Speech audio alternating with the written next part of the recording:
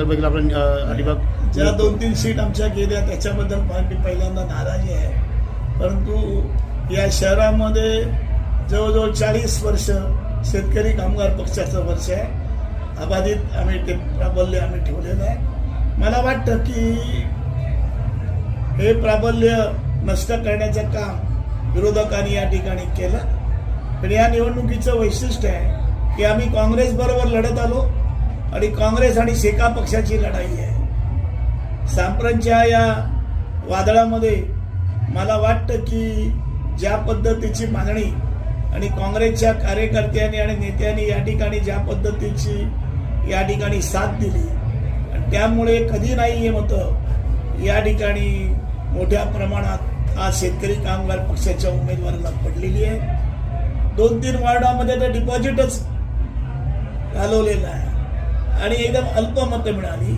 गेल्या खेपेला काँग्रेसला 2500 मतं पडली होती आणि सेनेला 600 मतं पडली होती. ती त्यांची खरी मतं आहे.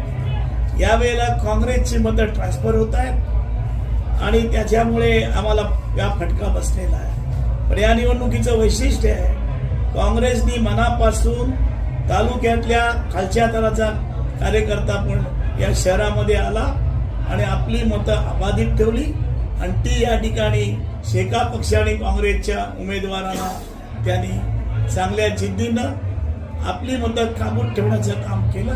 म्हणून हा विजय आहे. मी उद्या परवा बोलीन तुमच्याबरोबर पुन्हा, परंतु आज सकाळपासून ही जवळजवळ 7-8 तास आपली ही मिरवणूक चालली, तर मी पण थकलेलो आहे. पण माझ्या सगळ्या कार्यकर्त्यांचा मला अभिमान वाटतो. जिद्दीने या ठिकाणी आमची बाजू थोडी पडती झाली असताना या शहरावर लाल बावटा त्यांनी कायम ठेवलेला आहे. पहिल्यांदा आम्ही नगरपालिकेवर लाल बावटा लावण्याची परवानगी कार्यकर्त्यांना दिली, कारण ही शासकीय इमारत आहे. पण आज आम्हाला वाटतं ही शेका पक्षाचीच इमारत आहे, ही शेका पक्षाचीच मालमत्ता आहे. या भूमिकेतून आम्ही काम करतो आहोत.